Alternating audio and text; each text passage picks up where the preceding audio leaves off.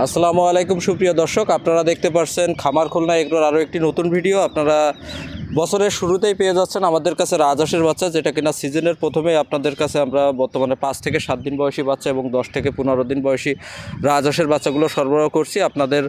এছাড়াও বিভিন্ন বয়সী রাজহাঁসের বাচ্চাগুলো পেয়ে যাবেন আমাদের কাছে বিভিন্ন সময়। আপনারা সকল ধরনের রাজহাঁসের বাচ্চা পেতে আমাদের স্ক্রিনে দেওয়া নাম্বারে যোগাযোগ করতে পারেন।